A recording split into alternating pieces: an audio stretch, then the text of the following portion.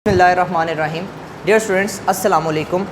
आज हम लोग 10th क्लास की केमिस्ट्री का सेकंड लेक्चर स्टार्ट करने जा रहे हैं। हमने जो चैप्टर स्टार्ट किया था, चैप्टर नंबर 9, उसका ये सेकंड लेक्चर है।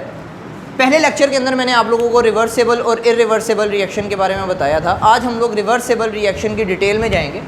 रिवर्सेबल रिएक्शन में आपको दोबारा बता देता हूँ, ऐसा रिएक्शन जिसमें प्रोडक्ट्स दोबारा मिलकर रिएक्टेंट्स बनाना शुरू कर देते हैं उसे हम लोग रिवर्सेबल रिएक्शन कहते हैं, और इसको प्रोडक्ट्स और रिएक्टेंट्स के दरमियान डबल एरो के ज़रिए डिनोट करते हैं। अब इसके अंदर अगर हम लोग रिएक्शन को देखें, एक एग्जांपल लेते हैं हम लोग। हाइड्रोजन और आयोडीन ये मिलकर बनाते हैं हाइड्रोजन आयोडाइड, और इसको हम लोग 2 से मल्टीप्लाई करेंगे ताकि ये बैलेंस हो जाए। अब इसके अंदर 2 तरह के रिएक्शंस हैं।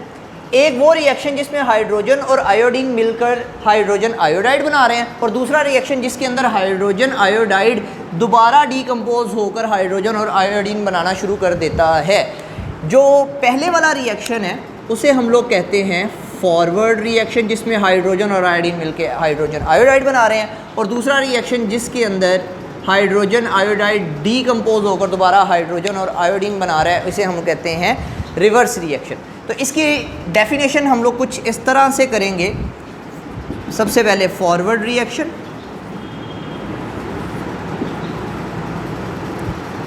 तो हम लोग देख रहे हैं कि हाइड्रोजन और आयोडीन आपस में मिल रहे हैं। हाइड्रोजन और आयोडीन चूँकि यहाँ पे रिएक्टेंट्स हैं, जबकि हाइड्रोजन आयोडाइड यहाँ पे बन रहा है जो कि प्रोडक्ट है। तो इसकी डेफिनेशन हम लोग इस तरह से कर सकते हैं कि ऐसा रिएक्शन जिसमें रिएक्टेंट्स मिलकर प्रोडक्ट्स बनाते हैं उसे हम लोग कहते हैं फॉरवर्ड रिएक्शन। इसको हम लोग इस तरह से भी लिख सकते हैं ताकि डिफ्रेंशिएट कर सकूं।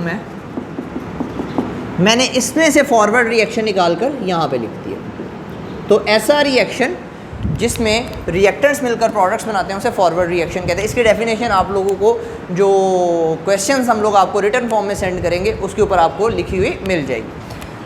थर्ड जो हमारा जो सेकंड रिएक्शन है इसके अंदर वो है रिवर्स रिएक्शन।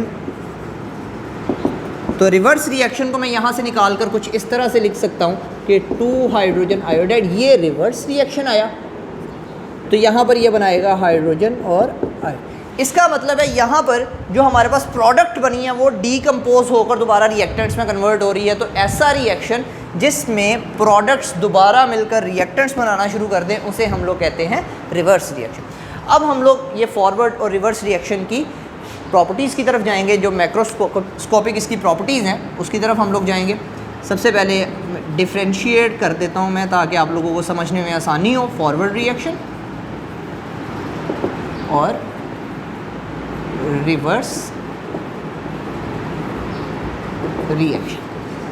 सबसे पहली जो प्रॉपर्टी वही इसकी अगेन डेफिनेशन आ जाएगी कि ऐसा रिएक्शन जिसमें रिएक्टेंट्स मिलकर प्रोडक्ट्स बनाते हैं, जबकि रिवर्स रिएक्शन के अंदर आ जाएगा ऐसा रिएक्शन जिसमें प्रोडक्ट्स मिलकर रिएक्टेंट्स बनाते हैं। रिएक्टेंट्स फॉर्म प्रोडक्ट्स वाइल, इधर हम लोग लिखेंगे प्रोडक्ट्स फॉर्म रिएक्टेंट्स।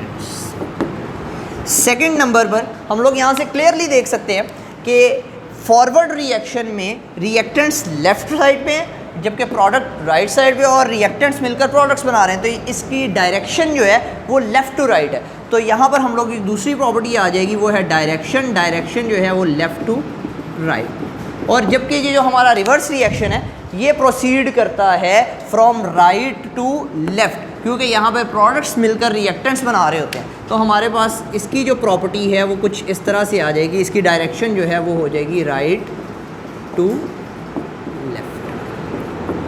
अच्छा, तीसरे नंबर पर जो हमारे पास इसकी प्रॉपर्टी आएगी, हमारे पास चूँकि रिएक्टेंट्स शुरू में हमारे पास रिएक्टेंट्स ही होते हैं, प्रोडक्ट्स नहीं होते। तो इसका मतलब ये है कि शुरू में हाइड्रोजन और आयोडीन तेज़ी से आपस में रिएक्ट करेंगे और जितनी ज़्यादा मिकदार में पॉसिबल हो सके वो हाइड्रोजन आयोडाइड बनाएंगे। यानी शुरू में जो फॉरवर्ड रिएक्शन है इसका रेट जो है, इसका रिएक्शन जो है वो बहुत ज़्यादा तेज़ होगा। जबकि शुरू के अंदर रिएक्शन जब शुरू हो रहा होता है हमारे पास हाइड्रोजन आयोडाइड है ही नहीं, बहुत कम मिकदार में बना होगा। तो जब वो बहुत कम मिकदार में होगा तो वो डीकम्पोज भी कम मिकदार में हो रहा होगा। इस तरह हम ये कह सकते हैं कि रिवर्स रिएक्शन का रेट जो है, रिएक्शन उसकी रफ्तार जो है वो शुरू में कम होती है। तो ये तीसरी प्रॉपर्टी है कि reaction is fast at initial stage. जबकि इसकी थर्ड प्रॉपर्टी आ जाएगी हमारे पास, reaction is slow at initial stage. Fourth property हमारे पास ये है कि आहिस्ता आहिस्ता हमारे पास रिएक्टेंट्स की रफ्तार मिकदार जो है वो कम होना शुरू हो जाती है, जबकि प्रोडक्ट की मिकदार हमारे पास आहिस्ता आहिस्ता ज़्यादा होना शुरू हो जाती है। तो जब इसकी मिकदार हमारे पास कम होना शुरू हो जाएगी तो कम रिएक्टेंट्स आपस में रिएक्ट करेंगे, जिसकी वजह से इसका रेट, इसके रिएक्शन करने का रेट आहिस्ता आहिस्ता कम होना शुरू हो। तो यहाँ पे हम लोग लिखेंगे कि ये रिएक्शन जो है ये आहिस्ता आहिस्ता स्लो होना शुरू हो जाता है, जबकि प्रोडक्ट्स की मिकदार हमारे पास ज़्यादा होना शुरू हो जाती है, जिसकी वजह से इसके डीकम्पोज होने की सलाहियत इंक्रीज़ हो जाती है।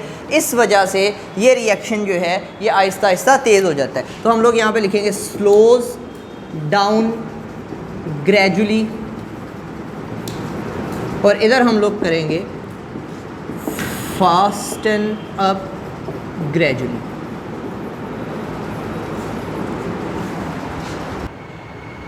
हमारा जो पांचवा क्वेश्चन है वो ये है कि रिवर्सेबल रिएक्शन कभी तकमील तक क्यों नहीं पहुंचते। Why reversible reaction never goes to completion, यानी रिवर्सेबल रिएक्शन कभी भी मुकम्मल नहीं होते, ऐसा क्यों होता है। हम लोग इसको एग्जाम्पल के ज़रिए जस्टिफाई करते हैं। हम एक एग्जांपल लेते हैं, hydrogen plus iodine double arrow hydrogen iodide 2 से मल्टीप्लाई करके हमने इक्वेशन को बैलेंस किया। अब इसके अंदर हमारे पास दो तरह के रिएक्शंस हैं, जैसे कि हम लोग पढ़ चुके हैं। एक फॉरवर्ड रिएक्शन है जो कि है हमारे पास हाइड्रोजन प्लस आयोडीन फॉरवर्ड, ये बनाता है 2H, और एक हमारे पास है रिवर्स रिएक्शन, इसकी डायरेक्शन रिएक्टेंट्स की तरफ होगी। ये हमारे पास आ गया रिवर्स रिएक्शन। अब रिवर्सेबल रिएक्शन के अंदर होता है इस तरह कि रिएक्टेंट्स मिलकर प्रोडक्ट्स बनाना शुरू कर देते हैं, और प्रोडक्ट्स दोबारा रिएक्ट करके रिएक्टेंट्स में कन्वर्ट होते रहते हैं। अब जब रिएक्टेंट्स मिलकर प्रोडक्ट्स बना रहे होते हैं तो शुरू में इनकी रफ्तार बहुत ज़्यादा होती है, आहिस्ता आहिस्ता इसकी रफ्तार कम होना शुरू हो जाती है, जबकि प्रोडक्ट्स की रिएक्टेंट्स में कन्वर्ट होने की रफ्तार शुरू में कम होती है, आहिस्ता आहिस्ता इसकी रफ्तार ज़्यादा होती रहती है। एक वक्त ऐसा आता है जब फॉरवर्ड रिएक्शन का रेट और रिवर्स रिएक्शन का रेट एक दूसरे के बराबर हो जाता है, यानी कि जितने रिएक्टेंट्स प्रोडक्ट्स के अंदर तब्दील हो रहे होते हैं उतने ही प्रोडक्ट्स भी रिएक्टेंट्स के अंदर तब्दील होना शुरू हो जाते हैं। इस हालत को हम लोग कहते हैं इक्विलिब्रियम की हालत। इक्विलिब्रियम जब कायम हो जाता है तो वो रिएक्शन या वो चीज़ कभी भी मुकम्मल नहीं होती। तो इस तरह से हम लोग कह सकते हैं कि जो जब फॉरवर्ड रिएक्शन का रेट रिवर्स रिएक्शन के रेट के बराबर हो जाता है तो उस वक्त जो है वो रिएक्शन जो है वो इक्विलिब्रियम की हालत में आ जाता है और वो कभी भी मुकम्मल नहीं होता।